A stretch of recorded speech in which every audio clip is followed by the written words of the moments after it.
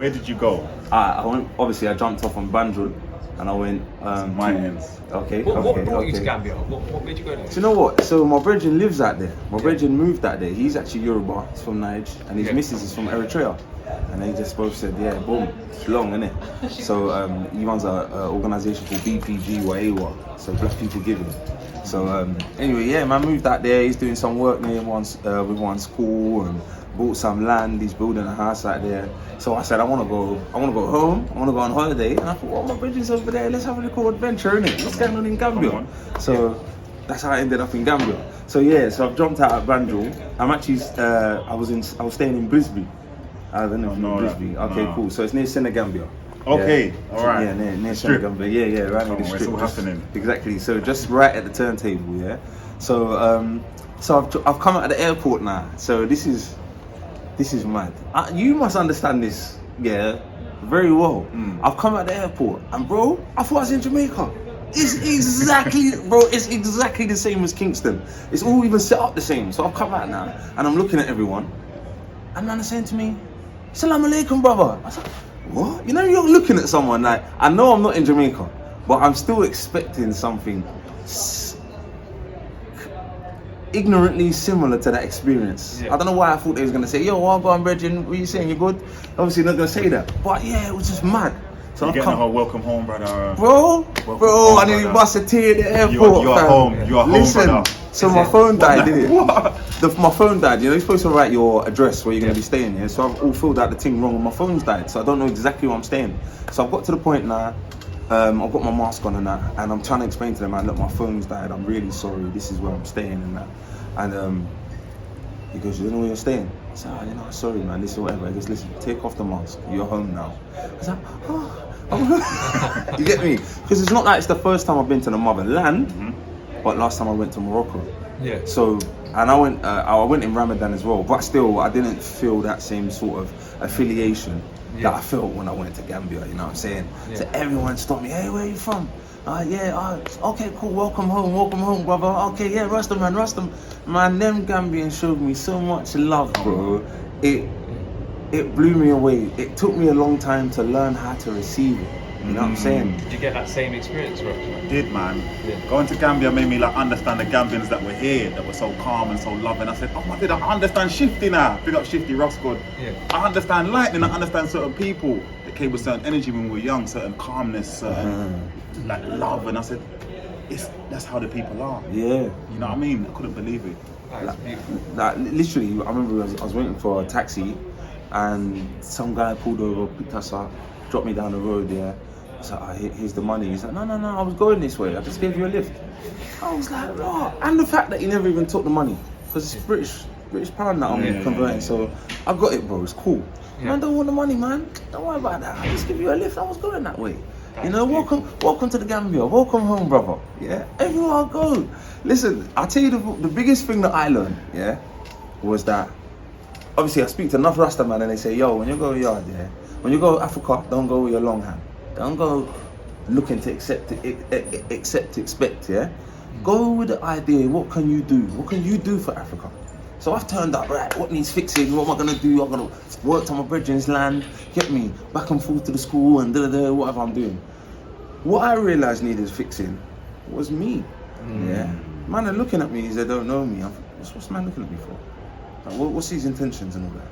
My first week I walk around with my nank as well. You're joking. In the Gambia. In the Gambia, I don't know where I am, really. I don't know what it is. And I go yard or whatever, innit? I've got my whatever, walking around. I really like, and one man's looking at me hard, man, and said to me, hello, bro. Hello, how are you, brother? I said, oh shit. Yeah, I'm alright, thank you. He's asking me because he actually cares. No, you know, I remember when I used to go to college in Hertfordshire, I used to say to people, you alright? They go, you alright? And I respond. I said, no, I was asking if you're alright. Their responses are, you alright? This brother actually cares if I'm alright. He's not, he's actually, that's his intentions, you understand? I'm thinking, damn. So after a while I realised I was what needed to change. That's what I learned. I was carrying all of this baggage from London.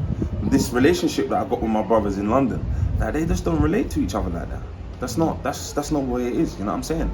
Like back home, it's something that stands out to me so much. Back home in Africa, this concept of eating off one big plate together is just it changes everything, especially when you're eating with your hands as well. Yeah. Like, come on, man. Look, if I eat, what do you mean you're eating one of my chips? Man's doing this with my plate and all of that. You know what I'm saying? It's a culture over here, man. That's we don't know about sharing. Yeah. But in my nan's house, my nan's a Gambian. Yeah. Big up my nan. She's still here with us in Bowl. We've been eating with our hands on a big plate like that since we were young. Is it? Do you know what I'm saying? Yeah. She'll put like the rice is on the plate, and then we'll sitting around it. She'll put my chicken there and my carrot and my cabbage, my brothers, and it's all around with a piece of our chicken and whatever.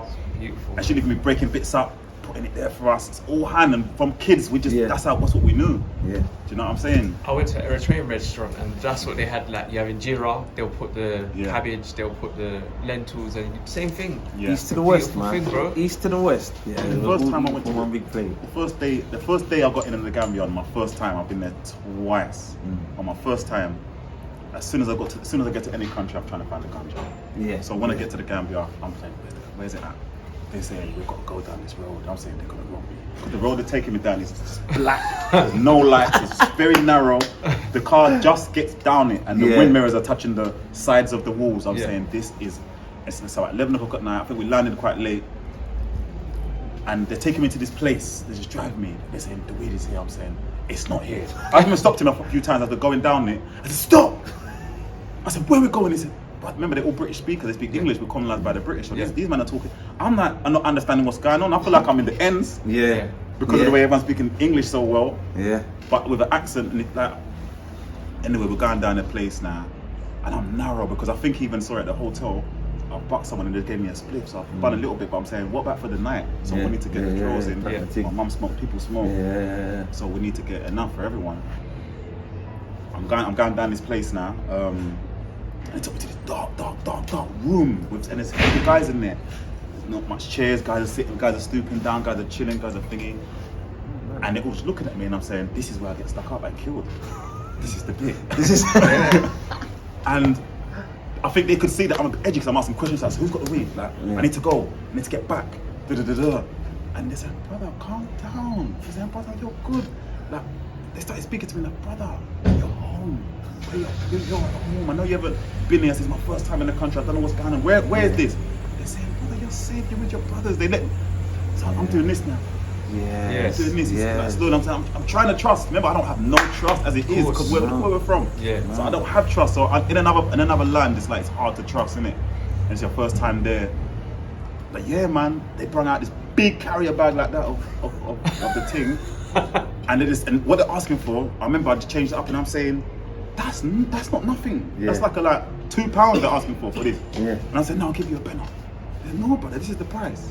They argue with me. I'm saying, no, brother, take that, man. Like, hold that. It's for the whole holiday. Like, I can start shotting at it. I said, brother, take that. He's arguing. No, brother, this is the price. Wow. I started to understand the energy. I started to understand. Okay, I'm in a good space. I'm in a good place here with people that actually care and love, man. He took it anyway because I insisted that to kind of persuade him.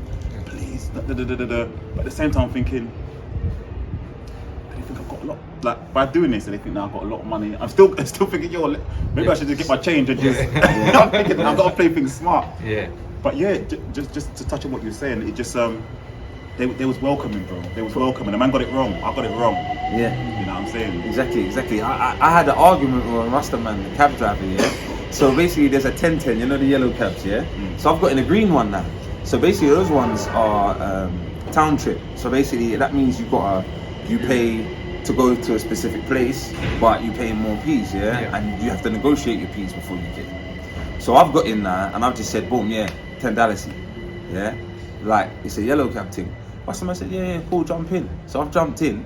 So I've gone to where I was going. I said, you know what, actually, are you going to continue? I want you to continue. So I've given him another $10. And I said, hold on, I think I've given you the wrong money.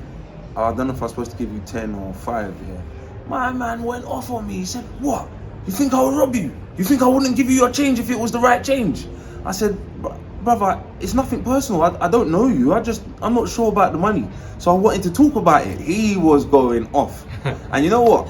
I sat in the back of this cab, livid, but on fire, because of the way that my brother was talking to me. And he kept reaffirming, I'm your brother. I would never treat you like that. Don't come here and talk to me like I'm that type of person and da-da-da-da-da. So I'm thinking, like, I got it so wrong here.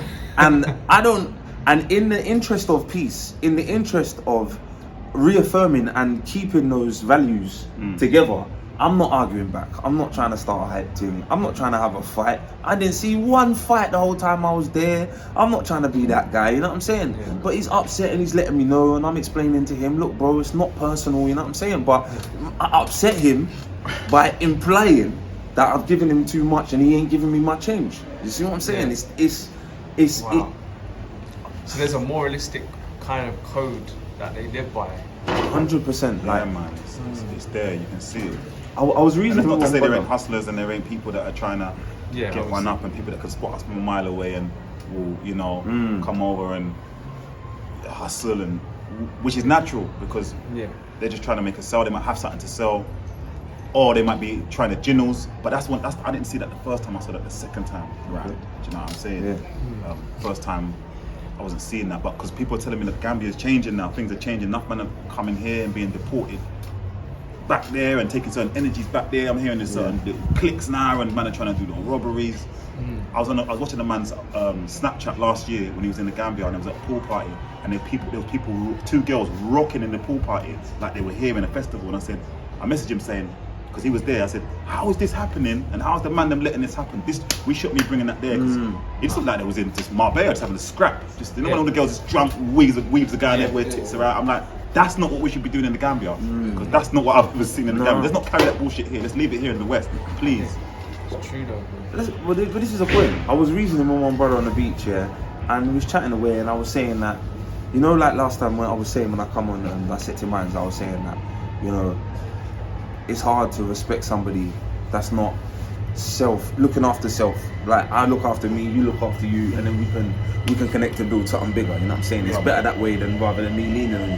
Yeah. The brother stopped me. He said, "Well, not really, to be honest." He said, "You know, 10 years ago, if you was in the Gambia and you was lost, you didn't have nowhere to stay. Someone would take you in. They'll give you somewhere to stay." He said, "Even if we need something from the shop, we're not gonna send you. We're gonna send one of the family because." You know, you're the guest. So I'm sitting there thinking, what the? People don't go hungry there. People don't go hungry there. You see the thing there is like, you eat there. Yeah. You go to, you know your community. So people are cooking big pots. Everyone's cooking a big pot. So you come back to your community. You can definitely eat if you got no money. You can definitely. You eat. Everyone will eat. Wow. 100%. You go to the compound. Like my nan had my nan's got a compound.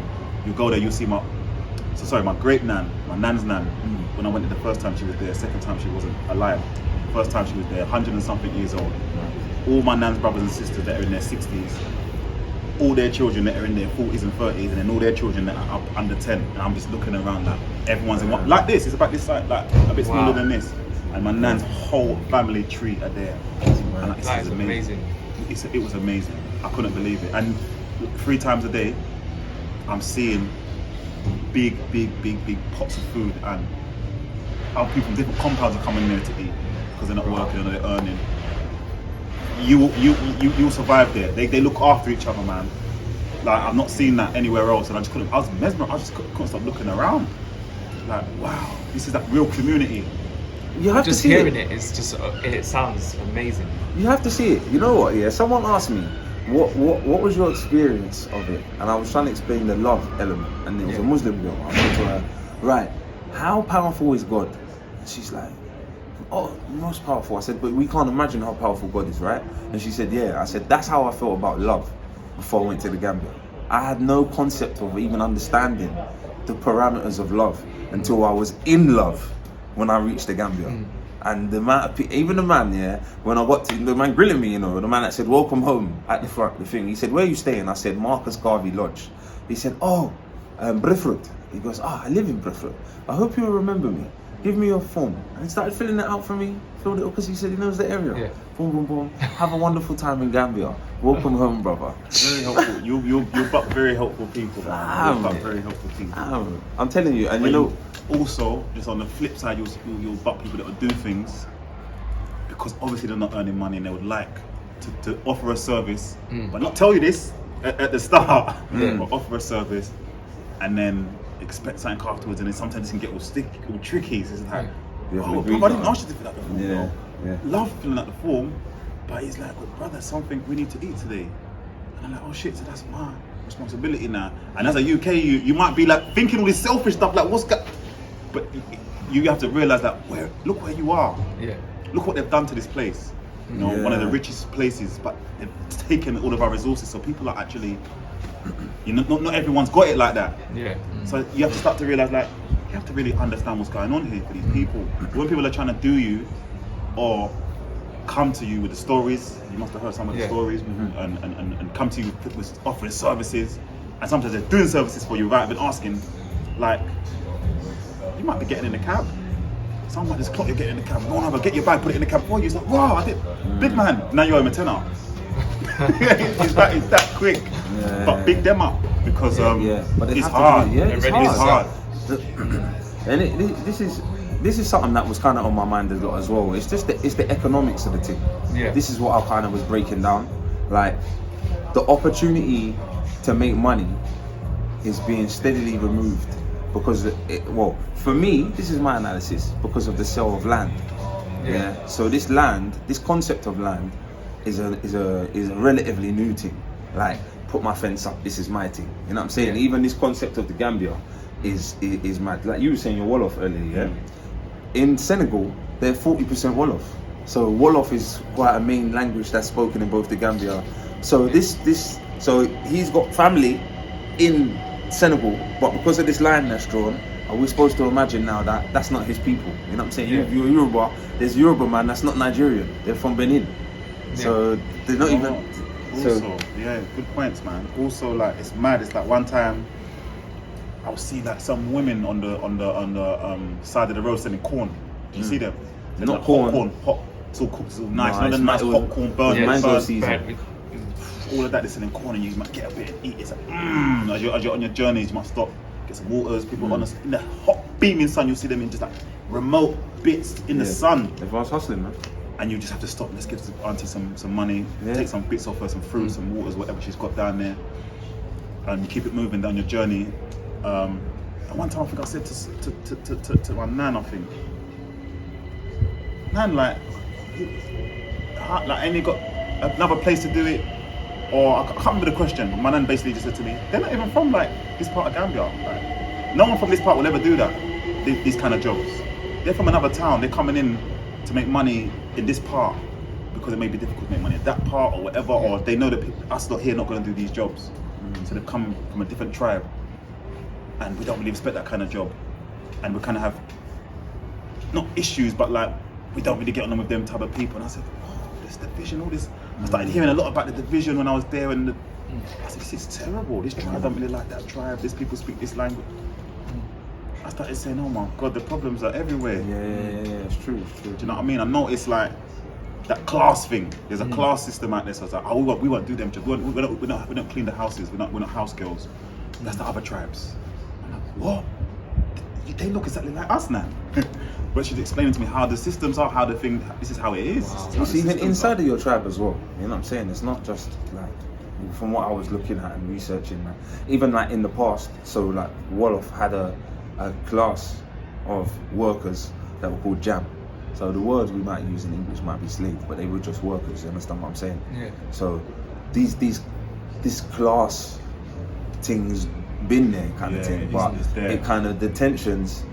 Like people have said that the tensions are always exploited when other people come in and try and conquer us. You know what I'm saying? They would make sure the Wolof are arguing with the Mandinka or the Jola to make sure that they can slip in or work with one against the others and things like that. You know what I'm saying? So sometimes the remnants of that still continues. And like I said, to split up some people and call them two different people because you're in different countries, but force other people to be with other people that are not their, that are their neighbours, but they do things different over there. You know what I'm saying? One thing I will say, even for me, it took me back. It was quite difficult for me. One thing I will say that was quite that added a lot of harmony to what I was experiencing was Islam. They're strict Muslims, and because of the way that zakat, I think zakat, yeah, the charity, the charity thing. There's the charity concept that a lot of the mosques give out education. So there's a lot of Qurans. Most of the books I was seeing were Muslim information. You know what I'm saying? Friday afternoon, you're just hearing the azan from wherever you are. Yeah, You're exactly. seeing people just praying on the side of the, like everyone praying everywhere. You're like, wow. Yeah. Wow. On the side of the road. All the time. So that's amazing, that part. Yeah, it is. And I think it adds to the humility of the place, you know what I'm saying? So they're deep into the spiritual side of like exactly how they serve people, because you're not allowed to really steal or bro, this is what I'm saying. There was a rumor that somebody, my version was like, someone got robbed the other day over near this place. I said, robbed? I said, what? Someone run up on them? They said, no. Basically, somebody burgled there. I said, it's burglary. He said, yeah. I said, but it's happening now. And I was thinking, it's totally different. No one's running up. Well, my experience was no one was running up on no one. That's not a robbery to us. But, do you see what I'm saying? Theft. But it is theft, exactly. Yeah. But that stuff starts to happen. So there's a culture. 25 years they had Yaya Jama there. There's a culture of grow what you eat what you grow. Yep. Everyone's planted yam galore, everything, and the land's just popping out food all the time. But this is what I'm saying about the sale of land. If for some reason the land comes out of the hands of the people that eat off one plate, are used to sharing, used to this area belonging to the Mandinka people, the Wolof, you understand, yeah? If this land starts to get sold off and people can't grow, they can't climb through and get their fresh mango and other things, so they can even go and sell it on the street side, you start to create the environment for putting your hand in a cookie jar. Yeah. Even though the people ain't like that.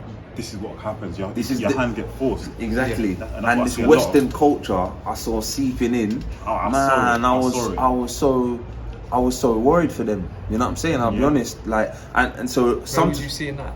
Look, man, I jump in the cab, yeah. My man's playing obviously Jay Huss is from Gambia, innit? Yeah. So you're gonna hear Huss, yeah. But man jumped in the whip and I hear you know that tune Stormzy, Jay Huss, and Gets, I'm bad ass Carlos. I'm thinking, what's going on here? You know what I'm saying? Yeah. And then there's other things. So some people bleach. Some people are not rocking their natural hair. They're going for more of the blonde weavies. I was not seeing this when I went 6-7 years. No, 2011 is the first time I went, and that's not what I was seeing. When I went back about 3-4 years ago, starting to see these things, and now you've gone recently, and it's completely different from how it was 11 years ago when I first went. So the type of clothes I took kind of relaxed things. I thought I don't want to go there and look like I'm trying to show off or not. Man went to Gambia where everyone's on the strip. Man's they've got their chains. Man's got the Jordan. Maybe it's fake or not, but man's there in the Jordans. Man's there with the chains. Gala there and whatever. And I'm thinking, no, like I could have just put my things and just slotted right in. You know what I'm saying? But that's the kind of evening culture of the kids, or I say the kids, the people in their 20s. Like early 20s, and I guess they've got Instagram, so they're soaking in this culture, and their value system, innit? Their value system changes. But one thing I said though, one recurring conversation I kept having was some people would call me Tubab. Yeah, Tubab, which is white man. Yeah, it's like Brony. Imagine what I'd be. How do they call you Tubab? They call him man Tubab. Yeah, that's nuts, so I never got that one. I'm glad I didn't get that. Man got Tubab. So I was in. I got it way out out of Banjul. I got it in like country, and so the little kids just going Tubab, and I sat down with a man, with the older man. That was with everyone. I said, Uncle, what's Tubab? He said, white man, or whatever. I said, am I Tubab? He goes, no. He started getting a bit defensive, like, if you're Tubab. I said, no, uncle. I know what I am. But you just met me, so I'm just asking your opinion. And he goes, well, no, to be honest, no, you're not Tubab. I said, okay. I said, I appreciate it. I said, I'm coming home now, and I take it quite serious, the type of work, the refinement needed to be done to cleanse myself of the Tubab energy. I said, but there are other people that look like me, that will dress like us, same everything, but they've got the Tubab spirits. But I said, because they do the Islam thing, I said they got the Tubab jinn. The jinn. So I said they will, to make the Tubab jinn happy, they will punch themselves in the face. You understand? Or it's going to express itself in many different ways, but it was a metaphor talking about punching yourself in the face, and he understood exactly what I was saying. So and it was an exchange. I was trying to explain to him, I've come home to learn, but at the same time you have to review some of the people that's coming home, that look like me and claim they're coming home to this energy, you need to understand, are they really coming home with that tubab energy, or are they coming home to be a part of the family? You know what I'm saying? I was definitely coming home to be a part of the family. And I was you know what made me, you know what, one of the highlights of my trip, by like the penultimate day and the last day, I'm walking around Serakunda market. Man coming up to me talking in Wolof. I'm thinking, yeah, exactly, man. And I'm bluffing. I'm thinking, man, think, it's happening. It's happening. You get me? You say you shook off the top of energy. That's what I'm saying, man. Shook off the top of energy. When I first got there, all the prices were high. You know what I'm saying? And I don't blame them. They're trying to eat, and I got it. I got it. I'm not even trying to be. But you know what? How I think about it, like, why not? Our countries have gone there and sucked the life out of them. It's time to invest. I saw it as an investment. Like it is, but on the other hand, it's almost like a you fuck up the economy. And this is, you know what? All stories from history was coming to me. Mansa Musa, obviously that's his ends. Yeah. That's his people. And I'm thinking, what did Mansa Musa do? He had so much. He went around and gave till he crippled the economy. So I'm thinking, right, the people of Gambia are working with each other and working in a certain way. The best thing I could do is be a customer. But if I start creating this kind of energy where I give more and I'm the place to come, I'm the well and whatever, anybody that comes, they start flocking to the foreigners now.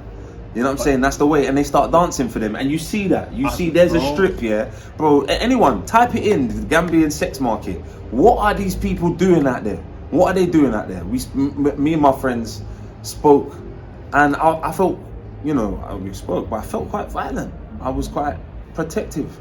What are these people doing out there with some of our sisters, some of our young brothers, some of the youths I'm seeing? What are they doing out there? That really hurt my heart and frustrated me to levels I've never been that frustrated before. Close to tears. Yeah, I saw some stuff. I saw old white men with young black girls, like, and I just said to myself, and I saw it a lot. You say, I'm sitting there thinking, what do I do? What do you do? Like, what do you do when you see, like, what can you do? And I'm asking other people, like, what's going on with this? We shouldn't be. He's like, brother, like, they're letting you know, like, yo, there's some difficulties and challenges here that money. Yeah, basically. Yeah, but it's not just that. It's that. Like my experience, I kept getting pulled over by immigration, innit? Yeah, first time. And you was there? Yeah, bro. First time I was walking on the phone chatting to my brethren in my British accent, walking down the street, This man pulls me over, pulls out his little badge and says, immigration, have you got your ID? I started laughing, yeah, funny brother, yeah man, thank you, whatever. I go to walk off, he said, no, I'm serious, I'm immigration. I said, what? He said, yeah. I said, I haven't got my ID on me. I said, it's at my hotel. If you want to go there, we can check. He said, well, if you haven't got it, come into the station. I said, what? So I'm walking into the station now. And it's just across the road. I was like, okay, I'm walking in. I bust into this room.